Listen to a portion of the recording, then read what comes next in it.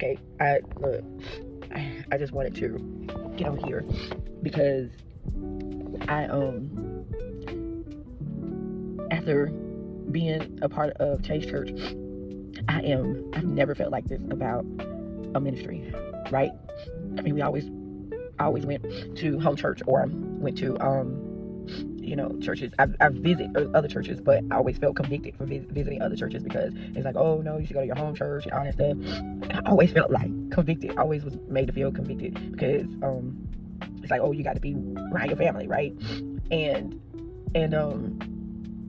so when I started watching Pastor Darius and Pastor Daniels, he I just felt like I was like, I can't watch him. Like, oh my God, because it was like a drawing, right? I just felt like I needed to write every word that he was saying. Like I wanted to write every word that he was saying. And it was weird. I've never felt that. I've never felt the Holy Spirit prompted me to like watch him. And I was like, no, I can't watch him because I knew that I was gonna want to watch him all the time.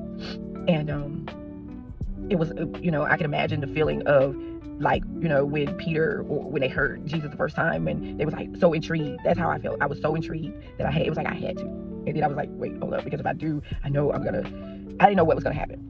So anyways, when Pastor Darius moved a couple hours from my house and I was able to get in the room, I just kept saying I gotta get in the room because I started watching him. I was literally pausing the screen and writing the sentence, let him speak again, stop, pause the screen, write that. It was so incredible where I just had to, stop, pause, write it, do whatever. It was like that, right? And so I was like, okay, I'm gonna write it, I'm gonna stop it, pause it, write it, pause it. Anyways, when he moved close, I felt like I had to get in the room. I heard about some fire nights that they were having here in Atlanta before he moved here, but I couldn't make it because it was a night and I didn't have a car. So I couldn't, but when I got access to a car, I was like, I need to be in the room, especially the first Sunday that they had church here. And the first Sunday that I came, I was talking to my, she's 17 now, my daughter, and she came with me. And I said, Leah, this is going to change our lives. I said, I don't know what it is. I said, it's going to change our lives. She was like, well, okay, mommy. This was before I had opportunity to move, but a couple months after that, I visited again. I came for Pastor Todd worship conference, and it was just so overwhelming. And Pastor Hannah Pastor Hannah was amazing. And God told me I was going to be serving at the church, and I'm like, okay, I don't know how that's going to be. I don't have a car. It was just like if I got access to a car, I came up here, but I didn't have a car at the time, and I didn't have a place. I didn't have a job, right? I was doing full-time podcasting and never thought that a few months later, because all I said was, yes, God, okay, God. A few months later, God opened up a door where I could move and be at Change. And ever since then, it's like I've been still holding back because of how I was raised. And I got 4 siblings that have their own church, but I was at my brother's church serving. And I was like, God, nothing was wrong with my brother's an awesome pastor. Nothing was wrong. It's just I felt this drawing to Pastor Daniels that it was so unexplainable, right?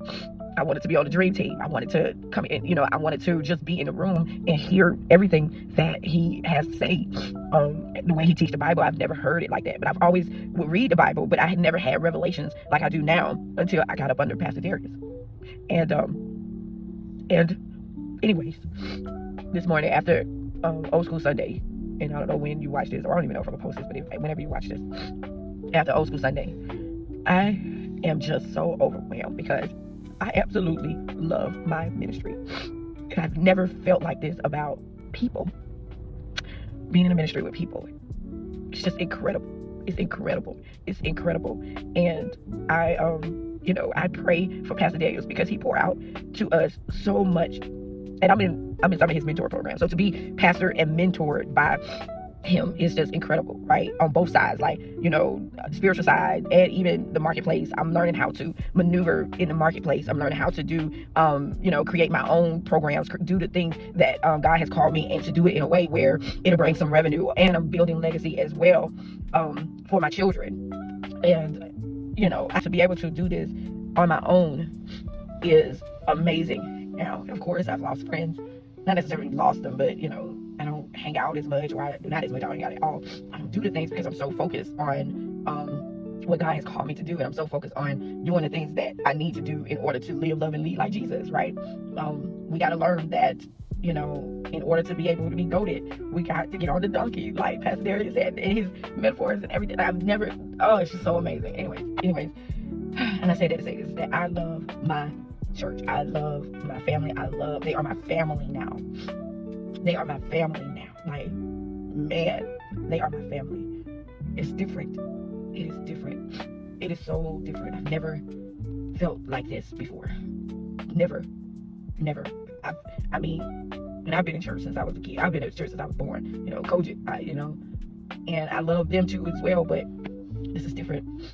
And it just hit me this morning while I was sitting in the car. I'm like, God, I just love them. It's like I found my people. Like I found my tribe. I found, where I'm supposed to be and how I'm supposed to do it to lead, so I can lead, love, and live like Jesus. I've always wanted to live, love, and live like Jesus. I've always wanted to know more about Jesus, because I know, yes, of course, that Jesus is the only way to heaven. And I always wanted to go to heaven, like, because they talked about heaven. They talked about hell, and they used to scare the hell out of you, right? And so anyways, I just wanted to get on here and say that I know this is pretty much longer than a regular message. I'm being very vulnerable right now, but I'm absolutely, when I saw how tired Pastor Darius was yesterday, I was like, Lord, I just immediately went to praying. I've been praying for him and the choir director Trent Phillips. I woke up in the middle of the morning praying for them and our leaders, and even praying for my siblings that lead their own church. And because I don't have a church, but my podcast and everything that I'm doing keeps me busy, and I'd be tired, right? I can just imagine having to lead a church. And so I pray over the leaders that are doing it and doing it well, right, and doing what God has called them to do, and leading God's people, right? And a lot of people are like, oh, there's so many churches, so many this, but you got to realize, and I don't know why I'm thinking about this, but like, it's like school. When you go on a school trip, or you got different teachers, right? Everybody can't teach the same people. We got to be able to know that everybody can be able. That's why we have to pray over our leaders. They are teachers, right? They are teaching the word of God, and so we have to make sure that we are doing that. So anyways, I just had a vulnerable moment. I wanted to get on here because it is absolutely incredible to be a part of something that is bigger than what I can see, right? Like, even the people that are part of, my community, my Q for Christ, it's bigger than what you can see. I've seen how big God is going to make it, but you may not be able to see it. You don't know, you can't see it, right?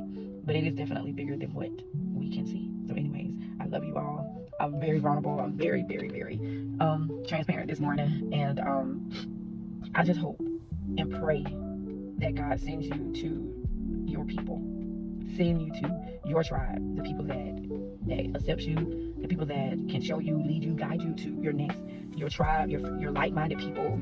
Like one lady said on my podcast, your faith tribe, somebody that can help you when your faith is low. You can lean on them, and they can also lean on you. And that is my prayer for this morning, is that we can find our tribe. We want to be able to find our tribe, and I have found my tribe. I have found my people. And so anyways, happy Monday, happy Holy Week. I had to get on here. It's very long, but I pray that it blesses someone. All right, bye y'all. Thank you for Christ.